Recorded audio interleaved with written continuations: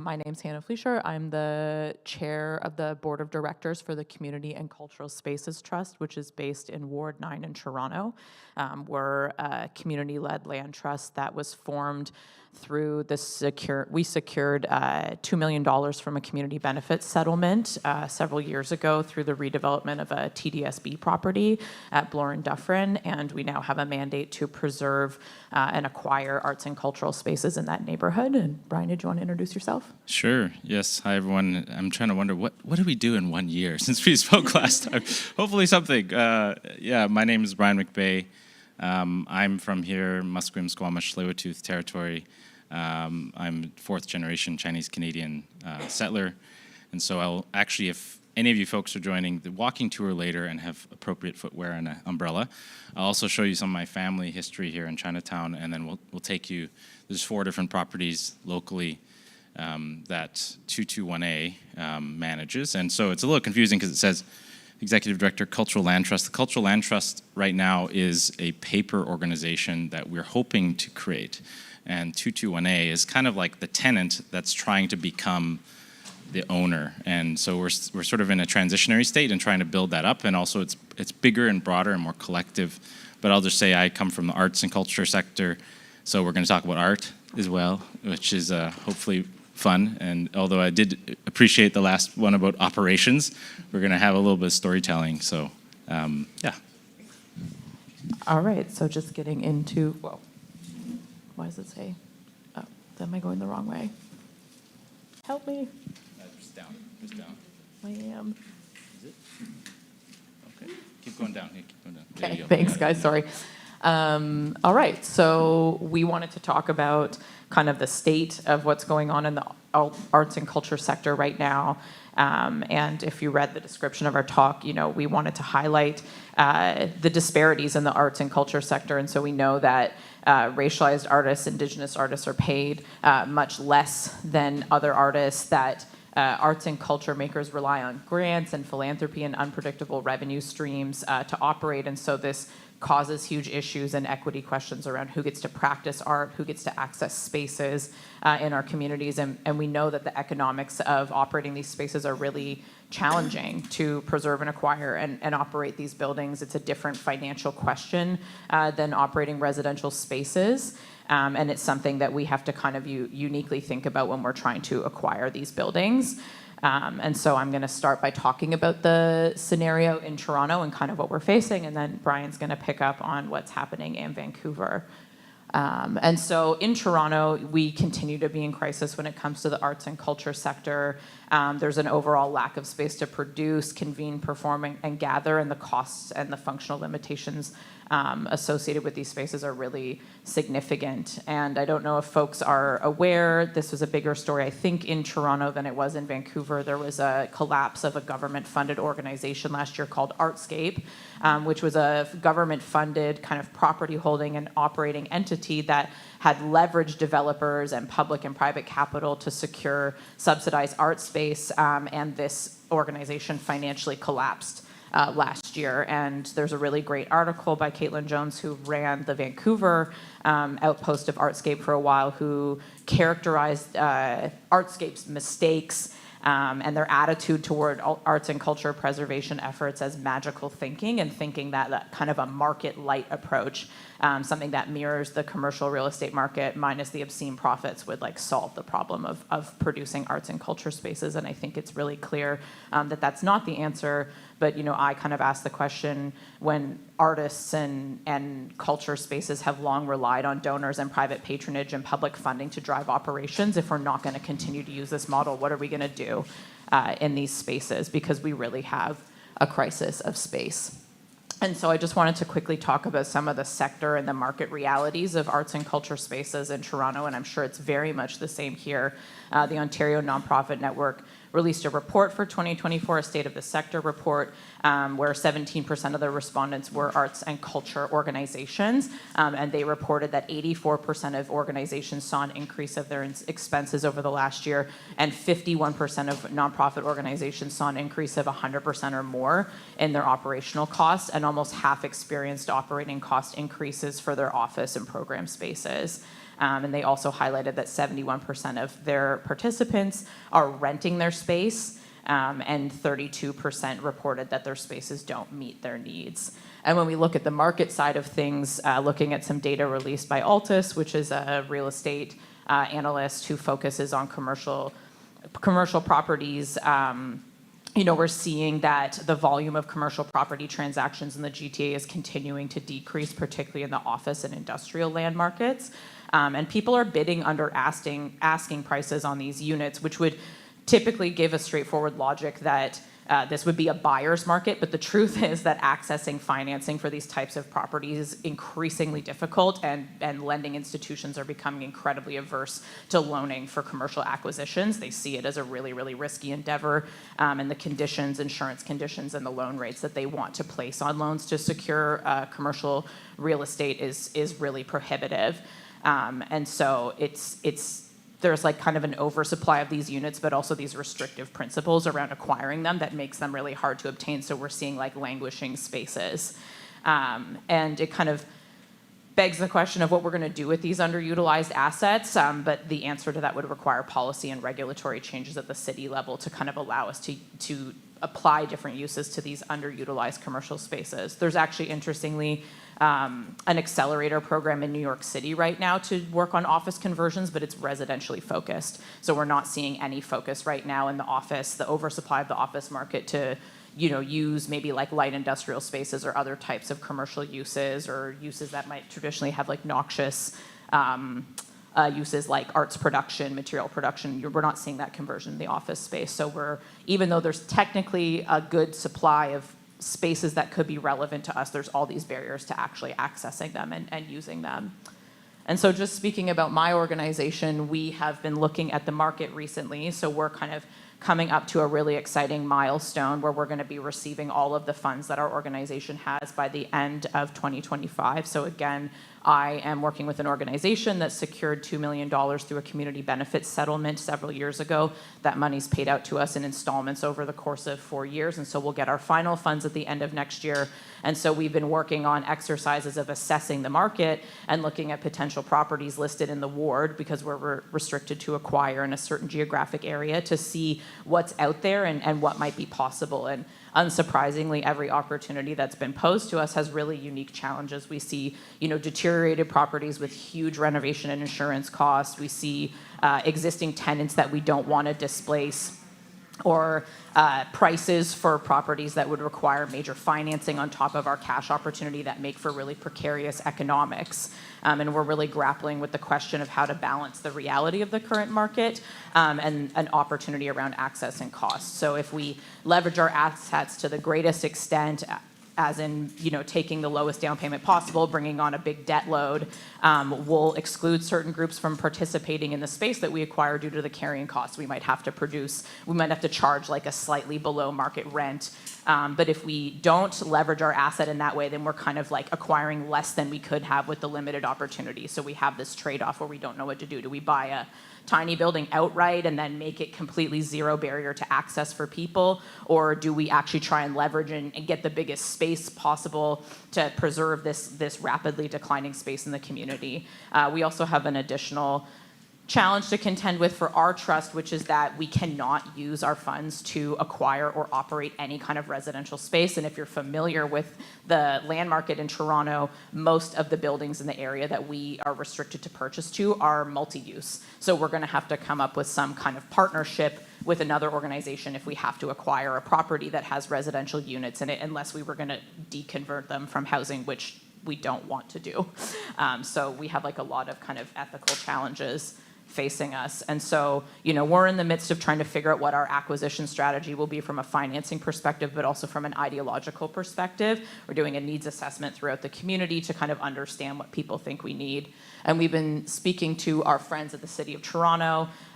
We have some great peers there who are also working on strategic policy and regulatory interventions to see what can happen in the community. And so they've been working on some research with the University of Toronto's Infrastructure Institute that's done a space analysis that kind of confirmed what the Ontario Nonprofit Network has identified, which is that a lot of social service, nonprofit organizations, arts organizations are renters. 70%, it seems, are renters and are relying on commercial leases, and I'm sure most of you know that there's no tenancy protection for commercial leases in Ontario and in most jurisdictions, so people can be kicked out at any time. Their rents can be increased without limit, and so this means that most social service and arts and culture organizations are always at immediate risk of displacement. They have no tenancy security.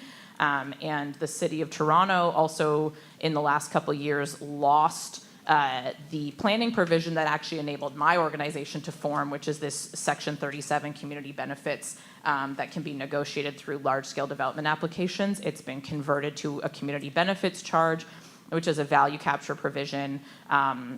It has a cap on the amount of money that can be secured through a development application.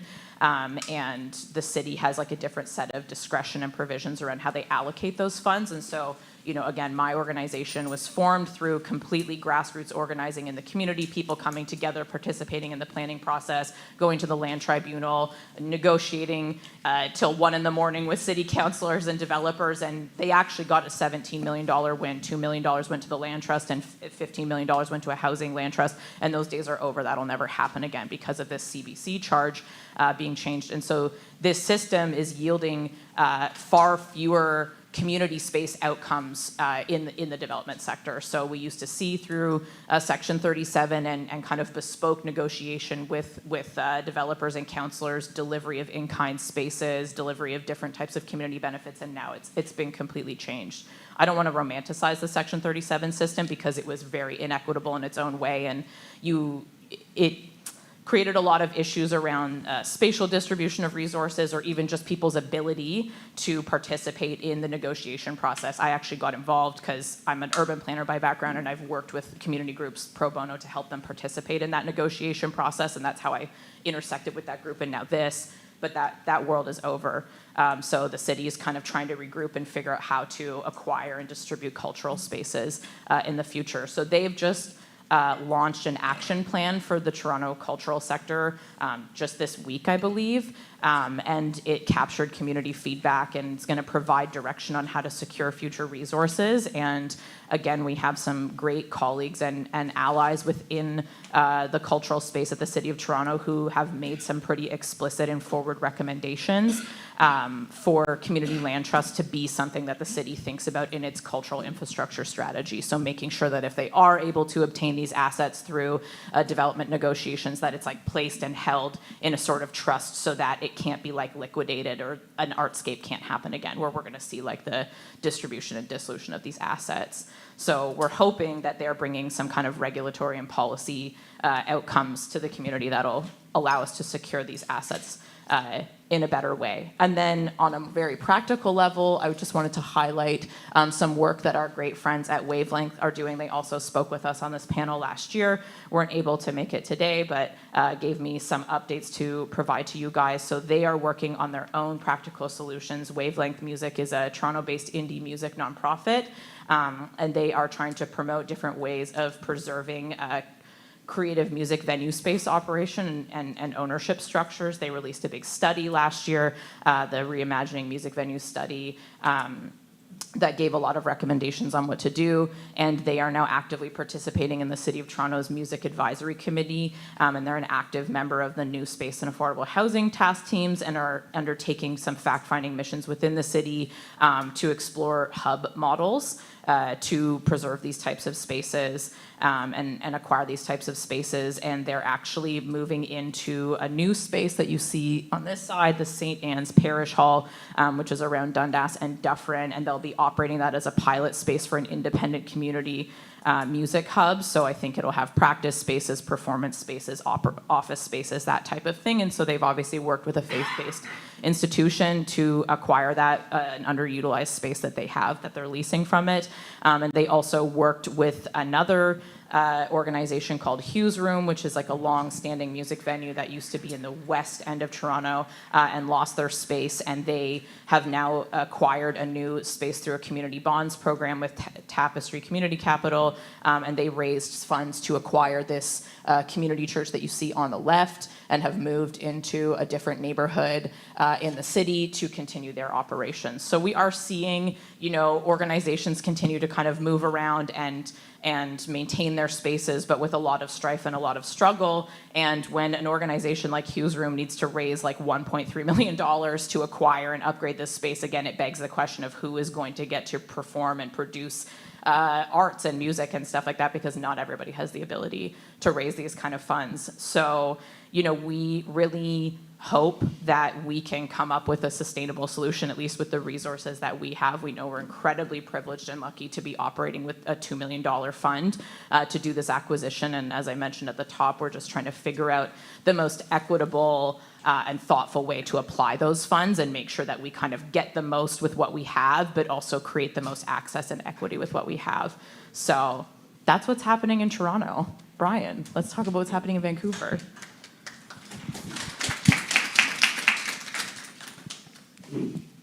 That's awesome. I just want to say Olivia Chow, of course, she was at the last conference.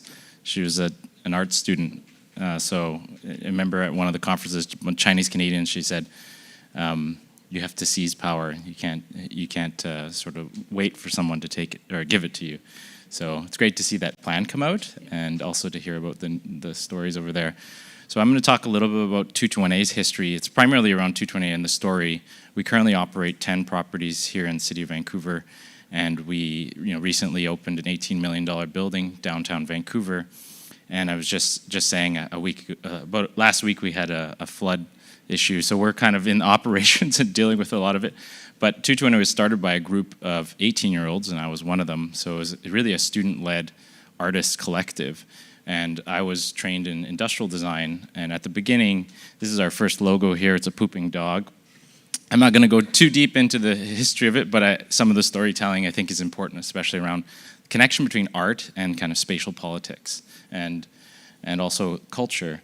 And so as in design school, and art school, we were asking these questions about the difference between art and design. And for any of you, is there anyone in here from the kind of cultural sector? You're gonna put up your hands, art folks, and okay, sort of some halfway, so that's good. You got the hybridity.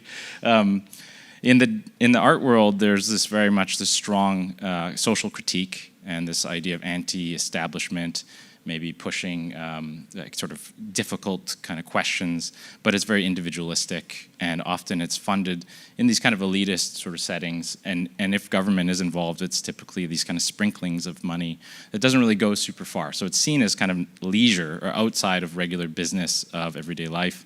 Design, on the other hand, has got a much bigger role to play, and I'm sure there's some architects or design folks in here. And I was trained in design, but we were dealing with sort of a peak materialism that the world was seeing too much consumerism. We're having to do with environmental issues. And we also saw, like, in the workplace, I was working in sort of corporate settings, that it was sort of vapid in terms of social critique. And one of our professors back as a student said to us, there's more space for design in the art world than there is for art in the design world. And it was sort of the expectation that, in the advertising industry or one of these other spaces, you can't say, hey, let's do social critique, feminist critique, something like that. At the same moment, they're trying to sell shoes.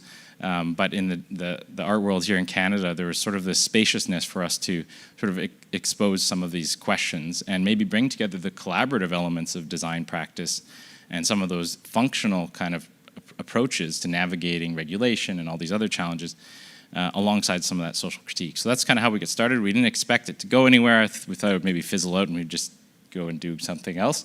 I'm not controlling the slides.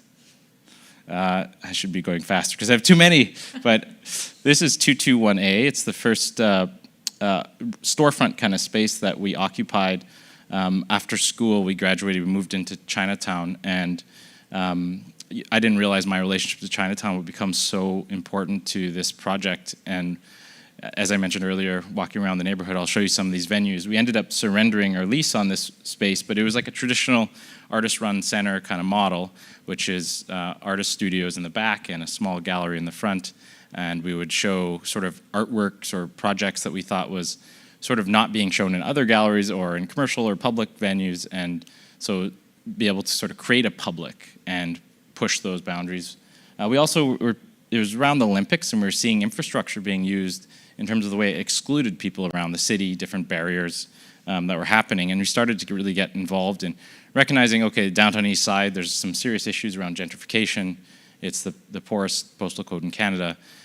Maybe a white space isn't necessarily the right place to make kind of social work. So we got into infrastructure fairly early on, or at least thinking about it. Here's just a cute photo of me with there's my brother there and my grandfather. We're gonna walk by the bakery today later. So I'm doing a really hard sales pitch. Anyone who's gonna go through the rain. We used to have my great-grandfather was born here. His name was Victor Lum, and his father, Charlie Lum, came here in 1898. And he baked 100 dozen apple tarts every morning, and they would sell out every morning. So the Cantonese community, if any of y'all Cantonese and from here, you'd know my family, and particularly the taste of these baked goods. But he could speak English, he could write English, so he was very involved also in what he described as desegregation, because at the time there was a de facto sort of segregation of Chinatown. And it was, of course, not just Chinese folks, but people from all over who were sort of non-normative or didn't fit in. And arts and culture also found its way in Chinatown for that reason. This is the cafe, Hong Kong Cafe. And they would serve all sorts of kind of mixed food as well as Chinese goods. So he was there 6 days a week from 6 a.m. to 6 p.m. When we first moved into 221 East Georgia, which is where we got our place name, 221A, our first show was called the Mooncake Show, and it was actually because as students, we were sort of running out of money. We renovated the space to use as a gallery, but a bakery down the street who sort of knew my family was, hey, can we actually rent your gallery space to use to store thousands of pounds of mooncake ingredients, which is a traditional pastry that we eat? And we said, yeah, sure. And after 2 months of them storing it, we papered the windows, of course. We got to know these folks and just make kind of friends with them, even though they were sort of renting from us. And so 2-3 generations of Chinese-Canadian relationships sort of started to emerge, and we decided maybe we should just remove the paper and sort of show it to the community as a kind of cross-section of the reality of our relationship to the neighborhood and these other things. So that was one of our first projects. Later on, some years later, we started getting more and more involved in sort of let's call it self-management of buildings. I'm not sure if there's another slide in here, but across the street, there's a Chinese Benevolent Association, and we saw it was for lease. It was the same time as kind of Olympics were happening, and we decided to move our artist studios across the street into this much larger building. And now I'll explain the Chinese Benevolent Associations quickly. They're kind of like a land trust. Honestly, they're like one building land trust, and people don't really recognize it as part of the history of this movement, but I would say, you know, it's a struggle for survival in a period of intense racism and divestment. People created family clans, and those relationships extended into property relations, and ultimately we're mostly volunteer run. And to today, there's about 40 buildings in the Chinatown area and this area that are still owned by these societies, and they're like in their 90s, like these people. Like most of them are gone, but the ones who are around, they're like 80s and 90s, and they're volunteer. And when we moved into that building, they put the rents on the wall, including ours. It's like every month they're posting the rents. So there was a lot of like sort of transparency in history. Not that we do that practice, by the way, but this is a site actually right across from historic Hogan's Alley, where the viaduct on-ramp goes. If anyone was at the tour yesterday, they probably heard about it. And so we'll walk by it again today. This was a vacant site, and we ended up negotiating with the landlord to use the property for a period of 10 years. In exchange, we would help them reclassify the property for charitable purposes. So they received basically a reduction of their taxes. We get to use it for free. Then, for the first time ever, and the only time ever in the city's history, City of Vancouver, we managed to transfer a public art allocation from a neighboring building that was just being developed onto this site for use for arts practices. Now, this is an artist named Ken Lum. He ended up, as you know, most public art practices, they make things large, like giganticize things. He wanted to miniaturize a regular house here in Vancouver, and these houses are called Vancouver Specials. There's over 10,000 of them built from the 60s till the 80s here in Vancouver. And it's an iconic and somewhat melancholic house, partly because architects, like West Coast kind of conceptualist architects, thought they were really ugly, but a lot of immigrants and families found them very practical. It sort of took advantage of multi-family living, even though it was a single-family lot, by having a kind of sub-basement vibe on the ground floor. And so to today, they're like these kind of boxy, useful family homes. And so he shrunk it to the value of 1/3 the scale, but we gave him $50,000. And so the actual $50,000 value of the whole lot was that little notch in the front.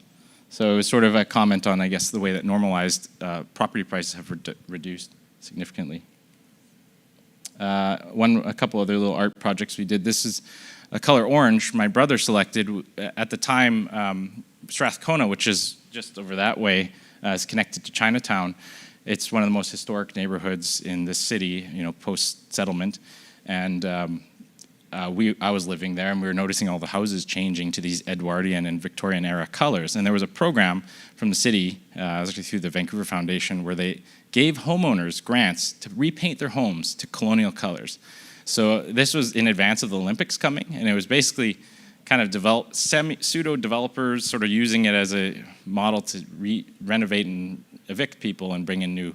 And so all these colorful homes over many decades of different ethnic groups from over a century were being replaced. And so we created an alternative grant program. It sort of failed because we asked government for enough money to give also these $5,000 or $10,000 grants to people.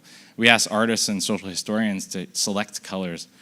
And this was my brother's color. It was called the Canadian Standard Urban Nighttime Snow. And it's actually the color of sodium lights hitting white snow. And he was saying it was being gentrified by, of course, white LEDs that are coming in. So, and we started getting involved in more and more different properties. We found ourselves good at navigating the kind of difficulties of government and day-to-day sort of building code issues, and using our design skills basically to get us there. At the same time as having these community connection points, family histories. And we ended up, this is a warehouse conversion in East Vancouver, is a 20,000 square feet that we worked with basically all of our friends to help renovate these spaces. We were able to access some capital funding through government and then do the demising so that, of course, we weren't increasing those operating costs and we could maintain that affordability and also that transparency to our tenant base. But some of our friends started saying, you guys are actually, you operate a gallery, but you're more like the pipe work underneath. So we started thinking, how do we transition this kind of language from an art gallery with this kind of surreptitious sort of business model into something more of an infrastructure project? And we ended up moving away from the gallery into more of a library model. We thought libraries were far more universally available to people. Houseless folks can go in a library. And we sort of taking the trappings of the library as the basis of our organizing. We did things like banner painting workshops and sort of challenging some of actually the spatial contestations of this neighborhood. On the right there, you can barely see it, but it's actually just a white bucket filled with dirt. One of the artists, Christabel Stewart, is from her homeland territories. She basically started collecting material histories of the neighborhood and also from different artists. So we still have this library. It's about 600 items in it, old dishes from restaurants, other things like that. And actually the outdoor public art site that I showed you earlier, we ended up converting it, working with tonight C. Swice, into a Coast Salish design garden, which we also walk by today. And this is kind of jumping way ahead because I just wanted to speak about housing.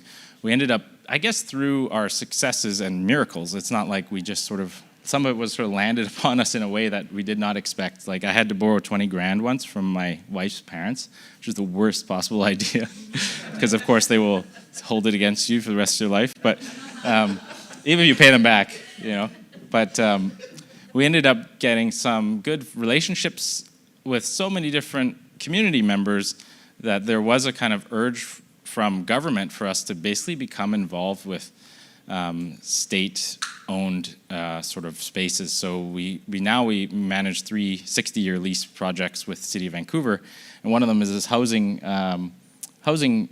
project, which we're going to end at today, which is at Main and Second, and it's actually in collaboration with the Community Land Trust of BC. So we can talk a bit about that relationship. And during June 2020, Black Lives Matter movement, of course, we in the arts sector.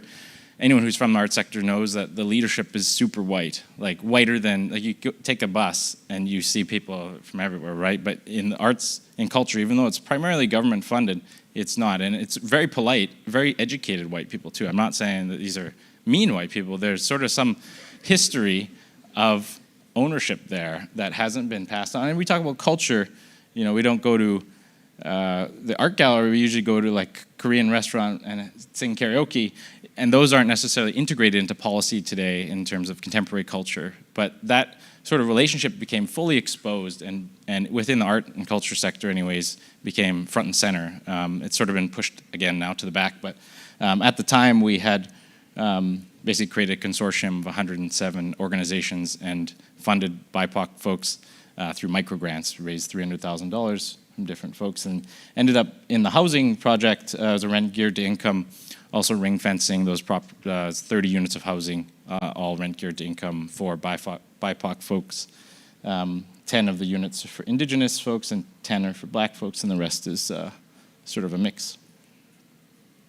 And most recently, we opened this building at 825 Pacific downtown. This is where our new headquarters is. And Annabelle, I know you're there. You moved in there. We have a co-working space, which has just been opened. So if anyone lives in town and wants to, you know, come hang out with us, please join us. Membership, we could use some more people. We're just opening it. But this here is my grandmother. I just want to speak to her for a sec, because actually, there was a building across the street from 221A. It's 222 East Georgia. We still operate it. And we're actually involved right now in an 8-9-story housing project on that site. When I first went there as a student, I brought my grandmother to negotiate the lease. And, you know, sometime, I don't know, maybe last year or something, I realized, I don't think any of this would happen without my grandmother negotiating the lease. And it was sort of a recognition.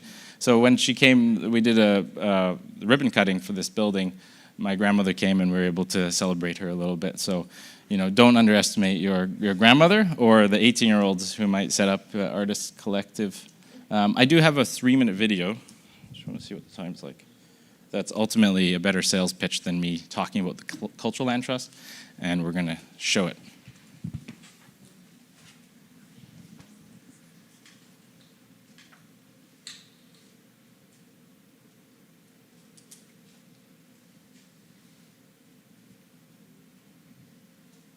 A comedy venue. This condo used to be artist studios, and this chocolate shop used to be a performing venue until they were evicted. They wanted to increase our rent by 50%. And we were like, we absolutely cannot afford that. And then eventually we decided that we would try to make it work with a 50% increase. And then we realized that it was a bluff because they still then would not allow us to stay. In just 10 years, the city of Vancouver has lost 400,000 square feet of art spaces, enough to fill 2.5 BC places. It's an often overlooked impact of the housing crisis. As land values skyrocket, art spaces are being pushed out. The operational costs of running a building and the rent have increased exponentially over the last 15 years. So there's like a pressure pot that's just about to go off. Artists often need physical spaces, like studios, galleries, rehearsal spaces, and performing venues. It's spaces like these that enable art scenes to grow and bring creativity and life to the whole city. Exciting local bands, cool festivals, provocative gallery shows, people with funky glasses. You know, art. In Vancouver, over 3/4 of artists are under threat of being displaced due to rent increases or redevelopments. So is British Columbia doomed to be mid-ish Columbia? Well, a local arts organization is proposing a radical solution to this problem. A cultural land trust, an entity that would acquire and manage land specifically for art spaces, offering stable rents, long-term leases, or pathways to ownership for arts organizations, especially for artists who are Black, Indigenous, or people of color. This land trust could also redevelop its properties to grow its impact. For example, it could build both non-market housing and art spaces to share costs and generate revenues for future growth. How would that all be decided? Well, the land trust would be run by an independent charitable organization with a board that has representation from tenants and members of the general arts community. It's a model that's being used by similar land trust initiatives in cities like London, Austin, and Seattle. The organizers are looking for $15 million in seed funding to acquire the land trust's first properties. $15 million is really just a start. It's not enough to buy all the space where nonprofits are facing displacement. But it will be used to seed funding to secure about 6 properties that we can use strategically to expand and to grow. At the end of the day, I think this push for a cultural land trust is an indicator that we may need a different approach to supporting arts in our cities. As long as land values keep on rising, traditional grants and funding for artists are increasingly just going towards paying higher and higher rents to private landlords. A cultural land trust is trying to address this issue at its root. If we want to create stable and nurturing spaces for art in our cities, it might be most effective to acquire the land outright.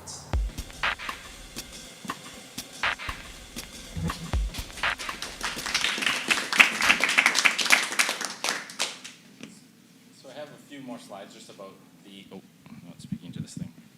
I have a few more slides just about this kind of model we're trying to put forward and some of the findings we've had. We've done 2 studies over the last 5 years, and we've actually had some requests going to government for funding, and there is some positive, let's say, interest from different parties. Of course, today is election day, so if you're in this province, go vote for whichever party put infrastructure in their platform for us.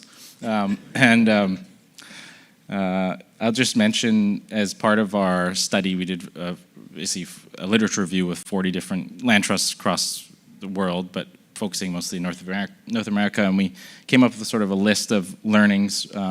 This is some years ago, but I'll just state them because they're still, I think, quite valuable in terms of considering a land trust. Flexibility in approach, stability in principles, so just that we allow for various types of land kind of acquisition projects and relationships to nonprofits rather than a singular approach. Low-income affordability being the primary focus. So if it's undercapitalized and then it does increase operating costs and then no one can afford it, then you're in trouble. But if you say, well, it's a long-term project, so 10 years from now it'll be very, very affordable. So you have to kind of make those calls in consultation with community, and of course the nature in which the narrative goes in terms of government. Scaling up iteratively. The spaceship projects sometimes take 20 years. They involve 50 different parties and they cost $250 million, and sometimes those projects can kill the organizations. This is all from our findings. Safeguard assets from conflict, that there's conflict of interests all over the place, and just being, especially when you have tenants who are trying to self-manage. There's that challenge sometimes even in cooperative housing around sort of who's inside and who's outside and sort of that connection point to people's, their homes and their livelihoods. I think the cultural land trust idea, which is community spaces, is a natural partner for social housing. So anyone involved in social housing, there's supposed to be 13,000 new homes, put in place forcibly by the provincial government. If anyone wants to put cultural spaces in your buildings, please call us. We'll help you. Limit advocacy role to the macro, that sometimes focusing too heavily on a single site can, sort of over kind of pressurize, especially around funding requirements. Like we're often trying to raise funding for the whole sector. If you focus on a singular site, it can be challenged. So of course, those nonprofits have those relationships in community, and they often are able to fundraise. So the model we're proposing has that separation of the asset manager with a nonprofit operator. Time-based restrictions on naming, that's kind of more around private philanthropy and how naming happens, that sometimes people make names permanent and they only give you $1 million. Make it 20 years and you can do right of first refusal. Freehold ownership is critical. This is probably debatable. Some folks think that government 60-year leases, 99-year leases, 99 plus 99 plus 99, like these kinds of things equate to freehold ownership, but our experience was that freehold ownership ultimately results in longevity of affordability. Community governance, another big part is there's a lot of trusts out there that are not actually governed by community, so having reputable leaders on the boards of those land trusts, even the mothership, all the sub-motherships, whatever you want to call them, they all have to have community, reputable folks, people on the street fighters that are on there, alongside those resource people. Seed funding, there was a bunch of great ideas, but no seed funding out there, and so the land trusts often didn't get going. Racial equity in line with the Downtown Eastside priorities, that was specific to this area. And Downtown Eastside, we basically don't think market housing should be in battleground neighborhoods, and that's sort of one of the approaches. Alignment with Musqueam, Squamish, Tsleil-Waututh, that's again for locally here, but host nations in general, and having reciprocal both financial and other types of governance and project relationships with Indigenous host nations. and investments in proximity, recognizing that there's critical mass sometimes of multiple different organizations or groups in an area. Like the Downtown East Side needs a lot of investment. Even though people say, oh, we've got to spread it everywhere in BC, Downtown East Side is all of Canada's problem. It's actually all the world's problem. It's kind of our problem. We have to take care of it. We have to work on it.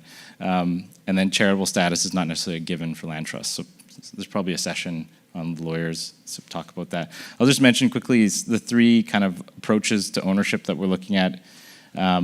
Is sort of the land trust owns and then rents, stable rents to nonprofits. This is probably a very minority of the portfolio because we don't want to take over operator kind of activities. The other two is long-term leases, which is basically replacing, like for us, we have a few buildings with the City of Vancouver, replacing the city with a cultural land trust so they can use it to borrow against and grow a portfolio. And the third is actually stratifying or finding other forms of resale rights to nonprofits and therefore giving them equity capacity. Some of the recent challenges, we just did a big study with CMHC on the creation of artist housing. There's no real good definition of artist housing. We operate artist housing right now, and some of those challenges around policy misalignment make it very difficult to access some funding. So we're working on that. And I mentioned also the role of Chinese benevolent associations just as an inspiration. In the 70s, like this neighborhood was great. And it was the Chinese benevolent associations and other organizations, but they did it with divestment. I don't know how they did it. Indigenous reciprocity mechanisms. There was supposed to be a talk yesterday. Unfortunately, Miriam couldn't make it, but we're doing a study basically on kind of voluntary tax structures around working with host nations when you acquire land in their territories, and also other forms of reciprocity in terms of governance and use of properties. And just mention that we recently started a cultural space operators network, which is great. It's any kind of community connection point, similar to the CLT, but for cultural space operators. And then recently we've been commissioned to do more of a provincial scope of what the land trust would look like across the province. So of course, the scale is significantly higher in the hundreds of millions. So we've been commissioned by the province to provide a jurisdictional scan to try to get these things moving. But again, today's E-Day, so go and elect the right people. And I think that's it. I think we have hopefully a few minutes for questions. I didn't talk too much. 13 minutes. Maybe, I don't know if this is, we'll get to your questions, but Brian, I have a question for you. I just have to look, I wrote it down, and I'm not gonna remember exactly what I wanted to ask, but I have so many things going through my mind watching your presentation. We have like a small peer group to learn from each other, so it's always, well, I'm excited to talk to you. I don't know that we have much to teach him, but at this point, but it's really amazing to hear what you guys are doing. But I did have a question to put to you. He's unprepared. I guess I'm wondering, what are some of the trade-offs that you struggle with when you're considering the properties that are available for acquisition versus the kind of ideal use or the users of the site that you want to serve and support?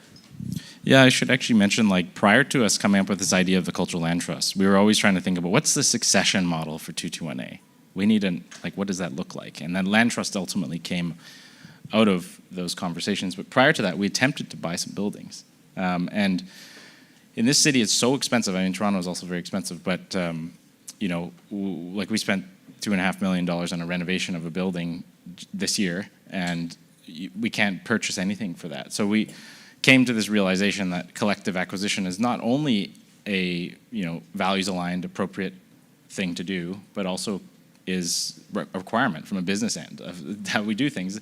And we basically need to be able to argue against like syndications of for-profit groups that are doing the same thing, but from a nonprofit. So this idea we're kind of under-organized. We're not outnumbered, we're just under-organized.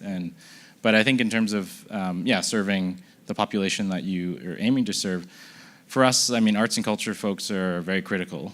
That's what we're really good at. And so we have had to build relationships. And in the beginning, of course, the Venn diagram is all one circle. The people who you serve, the people who run it, the people who live there, people who work there, they're all one group. And as you get bigger and bigger, those Venn diagram opens, and you have to build the accountability mechanisms. And that's where I think as the policy develops, you structure it to decide which kind of market and what's appropriate for that community. And for us, it's been recognizing the low income expectation of artists, that really there's no money. So one of our recent programs, we actually we had a low rent model where we had a building where we just made the rent as low as possible. And the next building, we decided, let's do a little bit more of a staggered model, and then we'll put money not only into making spaces free for a couple people, we'll actually pay people. This was very unique. We had to actually convince a lot of people about it. So we ended up paying 3 units a living wage. So each of them get $4,000 a month, $72,000 or 18 months, and then they transition to another user. Of course, these are not housing units. This is commercial uses. And it became a celebratory thing because when we did the low rent model, we had folks come in and say, dude, I can't pay $500 a month. I need a job. Like, can you give me some money? And so that's where we started to think about how each property negotiation is a redistributive dynamic that for decades can be held in that way. So every time a new development happens, capital reorganizes our structuring of society and sends money into people's pockets in different ways. So we're sort of testing out that model, and we'll see how it works. But part of it's about that kind of approach to, I guess, that more positive dynamic that sometimes the low rent model can be. It can be a very kind of depressing and not celebratory, but it can also be very important and stabilizing. So I don't know if that was an answer. Yeah, I think what you're saying is you're responding to the opportunity that the building provides in a way, right? Like you're kind of seeing the way you can model it out as opposed to trying to track down a specific type of space and then responding to community and participants in kind of creating the financial model that makes sense for the actual opportunity that space provides. Because I know for us, like we struggle with this as an organization that has like a wide mandate. Just even the question of like, well, are we trying to help visual artists? Are we trying to help musicians? Are we trying to help venue spaces? Are we trying to preserve production spaces, presentation spaces, right? And we kind of get stuck in a circle around this question. But my instinct is a bit that we have to respond to the opportunity because at the end of the day, we're kind of price limited and we're cost limited and there's only so many buildings that we can acquire with the amount of money that we have. And so we're going to have to see what's within our means and then what we can do with it once we have it, if that makes sense. Yeah, I should mention too, the building we've done it, that we did this model in, it's 100% paid for by government and other funds, so there's no debt on it. And so it's a brand new, no debt. There's also no property taxes. So we're talking about still very affordable rents, but it's really just covering operations. It's a modern building, so it's not cheap operations, but it's next to nothing compared to the markets out there. But that's what really afforded us the ability to do that kind of model. Whereas, if you're trying to squeeze it in and you have your loans you have to deal with, then it's hard. Okay, maybe we'll go to questions. And one last thing before we do, I'll just plug that we are looking for new board members right now. So if you know anybody, particularly in Toronto and Ward 9, equity deserving groups, artist groups who you think would be good to serve on the board of the Community and Cultural Spaces Land Trust, you can go on our website, you can email me. We're actively recruiting board and steering committee members right now. So putting that plug in, and then somebody's been very patient at the back, please. Hi, my question's for Brian. Thank you so much for sharing. I'm just wondering, speaking of like artists needing jobs, what's 221's A's relationship with like worker-owned co-ops? And I know like Union Co-op is right outside, and they're like an artist-run kind of like union co-op situation. Just wondering where 221A fits into that in the land. Yeah, I guess as I mentioned earlier, is this working? This sounds like it's not working all of a sudden. Okay, I'm going to start yelling. As I mentioned earlier, the kind of nonprofit that we set up was it was the same people serving the same people. And then as the Venn diagram expanded, then those accountabilities need to come forward. So we have not unionized, we have not sort of went down sort of the role, specifically like workers' cooperative governance structure, but we are experimenting with a kind of mixed model right now of workers and tenants control. So it's a tripartite kind of, with 221A, not with the land trust, but where we would have 1/3 is tenants, 1/3 is our staff, and of course the staff can't be appointed to the board, but they have a vote. And then the third is community members. So it's sort of a mixed model of kind of like a workers' control. Yeah, it's like. No. There is a few different nonprofits.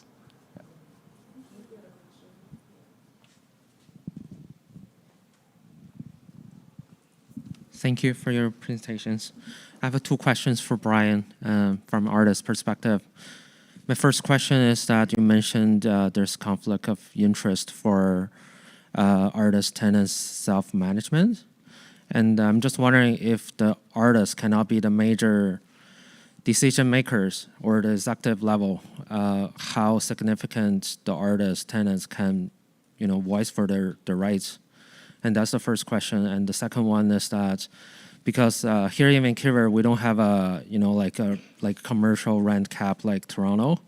So basically the landlord can just increase the rent anytime at any percentage to the artist tenants. And what's 2-to-1 is, how 2-to-1 is different than regular, like landlord who's supplying market price to their artist tenants, and how to enforce this affordability to the tenants. Thank you. Yeah, your second question is basically why we need a land trust, because every time our leases are renewed, typically we're exposed to some kind of market change in terms of the overall rent. We can apply as many policies as we want in order to define cost recovery and offer that to our tenants and fully transparently say, look, everyone's paying a proportionate share of this rent, just like a bunch of roommates in a house. But ultimately, the landlord sets those rental rates, and in commercial leasing, there is no controls. We are able to sometimes negotiate. So a lot of it's about us getting into the best negotiating position. So of course, with government, for example, they see the social benefits of having artists in there. So any of our buildings that are government owned, there's some sort of subsidy control on how those funds are flowing. The first one around conflicts of interest, I think it was sort of a mix of conflicts of interest and accountability, but maybe I'll just speak to accountability. We are a nonprofit organization governed by a board of folks. So as I mentioned earlier, tenants are on our board. Some of them may sort of overthrow the organization by building a rump collective and creating that change. There's also, of course, our reputation, our relationship to government. A lot of the nonprofits who are in our units, there's about 215 units, about 1,200 people in these different buildings. And a lot of them are funded through government. So government kind of acts as a conduit. Both they fund us, we're about 50% funded by different levels of government, and they also fund a lot of our tenants. So sometimes when there's an issue, for example, we had to raise rents in one of our buildings because the landlord raised rents. There's a lot of misinformation about what exactly that was, and sort of, is it coming from 221A? So demystifying that kind of myth is really important for our tenant base. And that's part of the reason we do a lot of self-management of the tenant aspect of it. And a lot of our board is made up of arts folks, is because those relationships are important to provide that whole picture and the whole story.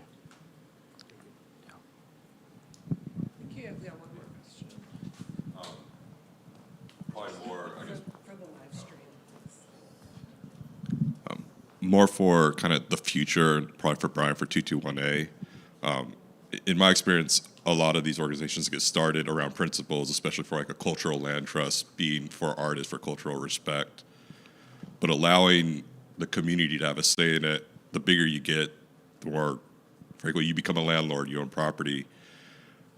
Is 221A, or have you found ways to instill that the original artistic and cultural principles can remain paramount as, say, if the neighborhood decides that housing or the commercial or business becomes more important, or is the organization willing to let the community change the purpose of the organization as it grows, or if that's come up at all?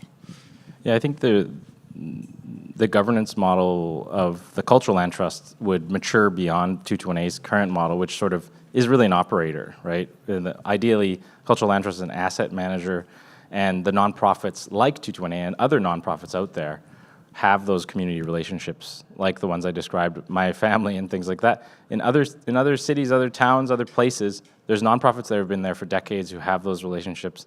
So they also have fundraising relationships and other kind of material realities that, so structuring basically the governance model around that relationship between the nonprofit and the asset manager, I think is basically what makes it different than the Artscape model. Or if 221A were just to purchase all our own buildings, we would sort of, integrate the operations of the assets. So when it came to, there's some benefits, as we were talking in the last session about cross-subsidizing and things like that, but there's also some challenges in terms of, like, you can cure debts of one organization, but you can also bankrupt the whole thing by having one business operation failing.